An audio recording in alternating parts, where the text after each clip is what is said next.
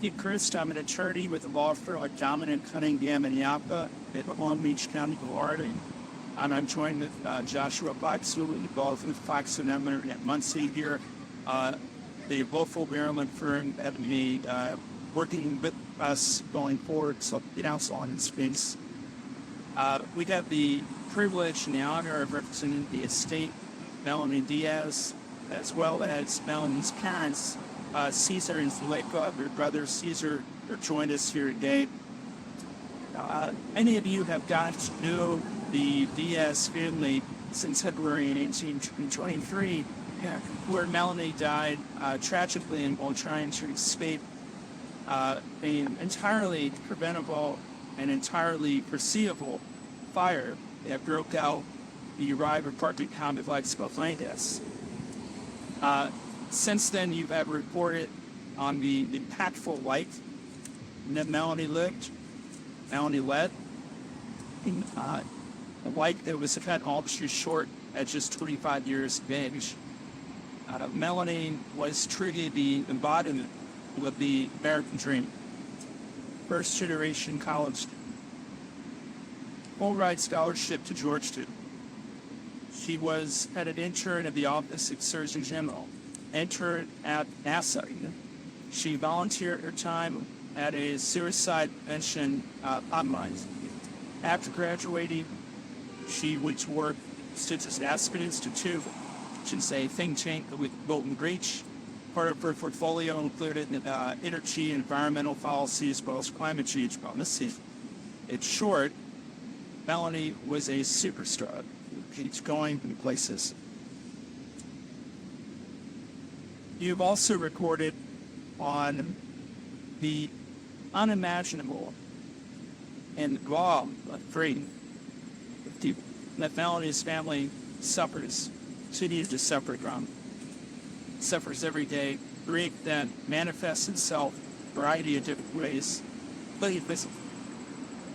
And you have reported recently on the really commendable important work that the family has done, lobbying state legislators, local government officials to pass laws like the Melanie Diaz Fire Safety Act, which is legislation that Governor Moore signed into law earlier this year, earlier this summer to be exact, which will require apartment complexes that have made investments in fancy amenities and slick marketing campaigns, but have not made the investment on fire safety, have not made the investment in installing fire suppression systems to notify prospective tenants in a conspicuous manner in the lobby of the building that they have not done so that tenants are aware of the hazard. I would encourage you to investigate after this is done whether that law has been widely here at the Arrive, which went into effect on July 1st, 2024. This Thursday, September 12th, would have been Melanie's 27th birthday. Her family wanted to celebrate it with her, obviously, and they did not. Instead, they were glad he was to visit, to come up here, to travel here from their home in South Florida, where they could spend time with Melanie's memorial site here right behind us in front of the Arrive. On Thursday, the family also instructed their legal team to file a wrongful death lawsuit against the Arrive, the owner of the Arrive and property management company, Trinity Property Consultants. Lawsuit alleges multiple it's a wrongful death lawsuit alleges both instances and admissions. It was filed in the United States District Court, District of Maryland. Lawsuit alleges specifically that the fire that the building failed to maintain and inspect. The owner failed to maintain and inspect the building fire safety measures, which had they done so would have lawsuit alleges permanent Melanie's death. Specifically, the lawsuit alleges that the fire safety door and separated with 7 people. We bring the fire broke out, and when the fire evacuation stairwell film had a non-functioning closing latch that failed to allow the door to stay open, letting in dark flames of smoke that would have disoriented Melanie or other residents who would relied on that evacuation stairwell for safe passage out of the building. Melanie would have encountered thick, dark smoke that would have disoriented her and ultimately it suffocated her to death. The lawsuit also alleges failure to maintain smoke detectors, a smoke detector in the unit where the fire broke out. It was not functioning.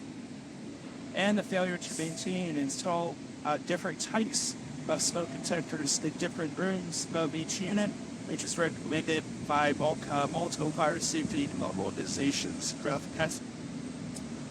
Finally, the lawsuit alleges that the building should have installed fire sprinklers.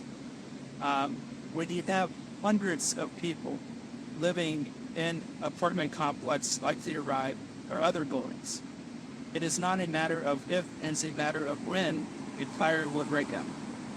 And so you have to do an error more than the bare minimum to ensure the safety of the residents and to protect them from that foreseeable danger. Finally, let me close by saying that family is well aware that the filing of this lawsuit will not bring back value. Their hope, however, is that the filing of this lawsuit will help send a message to apartment owners, property management companies, that when you have and you are entrusted lives of hundreds of people in your building, you have to do everything possible to try to prevent them from the foreseeable danger like fire. And that even they hope to send a message to never put profits at the expense of public safety. You're confident that a Maryland jury will help them send that message loud and clear.